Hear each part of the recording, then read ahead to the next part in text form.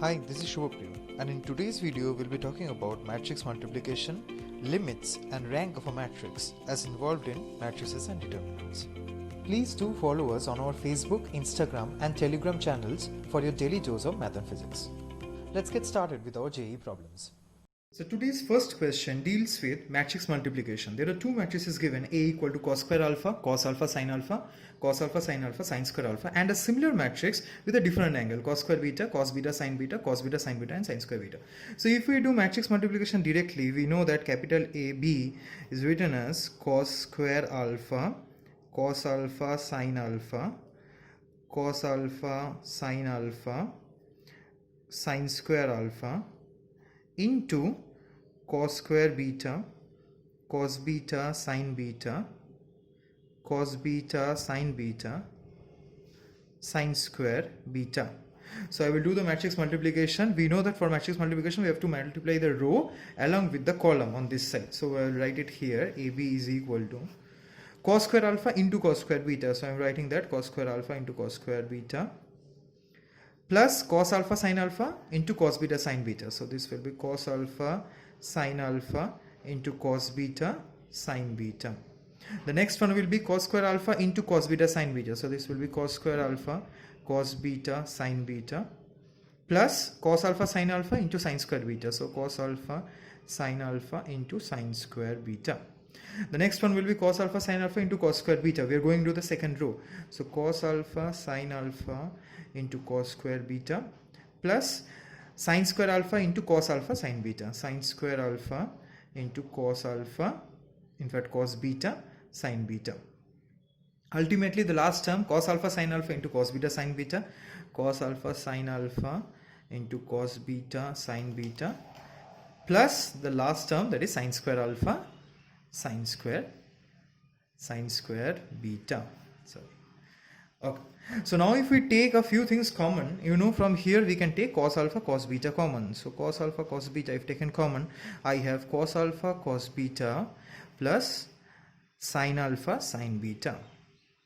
Similarly, from this term, what can I take common? I can take common cos alpha sin beta. So if you take cos alpha sin beta common, you will get cos alpha cos beta plus sin alpha sin beta, a similar term to the first term. Next, from here I can take common cos beta sin alpha. So I will be left with cos alpha cos beta plus sin alpha sin beta. So you are getting a pattern out of all this. And finally from here I can take sin alpha sin beta common. So I will be left with cos alpha cos beta plus sin alpha sin beta. Now see the question. It has been told that AB is a null matrix. So I will write 0 0 0 0, that is a 2 cross 2 null matrix, is equal to this matrix, which I am not writing anymore.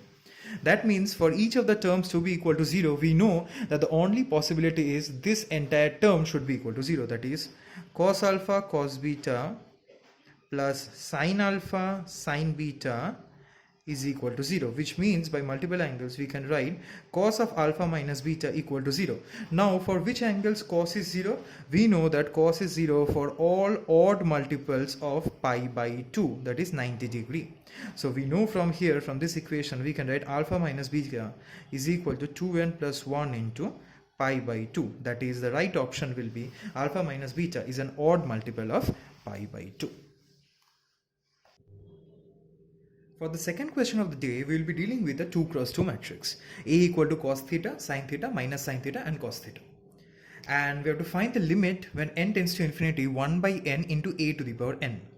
So basically we know that capital A equal to cos theta, sin theta, minus sin theta, cos theta. So it's a special type of matrix, and we can show automatically that a square equal to cos 2 theta sin 2 theta minus sin 2 theta and cos 2 theta. That is, if you multiply the two matrices, then you will get something like this. And by induction we can genuinely show that a to the power n equal to cos n theta sin n theta minus sin n theta cos n theta. So now if we come to the limit, we have limit n tends to infinity 1 by n into a to the power n. So that is equal to, I know that limit is operator which is very flexible and it can go inside the matrix. So I will write it inside the matrix. So this will be limit n tends to infinity 1 by n cos n theta, limit n tends to infinity 1 by n sin n theta, limit n tends to infinity 1 by n minus sin n theta, and finally limit n tends to infinity 1 by n cos n theta. Now you know that for this particular function we know that cos n theta or sin n theta cannot range anywhere except -1 to +1. We know this. It does not matter if it's an infinite angle, but the only values which cos and sin can take will lie always between -1 to +1. Therefore, the numerator in the limit will always be a number which is between -1 to +1. But the denominator is definitely increasing and it's going to infinity. So what will happen to the fraction? Yeah, the fraction will become 0. So we will get a null matrix. So the correct option will be option number C. Now if you have any doubt regarding this induction, I will post a separate video where I will show why this is a special type of matrix and why we can write a to the power n equal to cos n theta, sin n theta, minus sin n theta and cos n theta. Our third problem of the day is a very special problem and it's very expected in JEE to come. It deals with rank of the matrix. So in this particular matrix problem, we have to find the rank. So the matrix is given a very simple matrix, in this case 1 2 3 2 3 4 and 3 4 5. So the first question is, what is rank? So rank refers to the number of in fact the maximum number of, I should write, non-zero rows or columns in the row echelon form. Very important term, row echelon form of a matrix. So basically what we mean by this is we have to transform the matrix via Gaussian transformation, and once we reach the transformed matrix, whatever the number of non-zero rows or columns exist in the matrix, that will be the rank of the matrix. So pretty simple. So let's start directly. A equal to 1 2 3 2 3 4 3 4 5. So I will be doing row transformations in this case. So 1 2 3 2 3 4 3 4 5, genuinely we will try to make it very close to a identity matrix. So the first row operation that I will do is R2 prime equal to R2 minus R1, R3 prime equal to R3 minus R1. So this will be reduced to 1 2 3, 2 minus 1 is 1, 3 minus 2 is 1, 4 minus 3 is 1, and this will be 2 2 2. And then very easy operation, I will divide the third row by 2. So I will have 1 2 3, 1 1 1 and 1 1 1. Ultimately what to do? I will subtract the second row from the third row. So I will get R3 prime equal to R3 minus R2. So I will get 1 2 3, 1 1 1 0 0 0.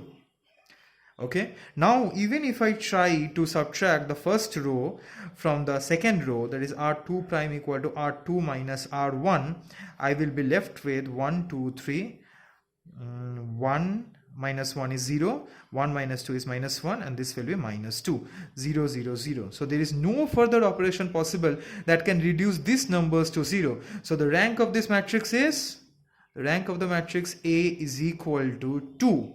It's not 3, it's equal to 2. The number of non-zero rows or columns, that is the number of non-zero rows or columns in the matrix in the row echelon form. So the right option is option number B. Thank you for watching. To like, comment and subscribe to our YouTube channel Mathophy for your daily dose of math and physics.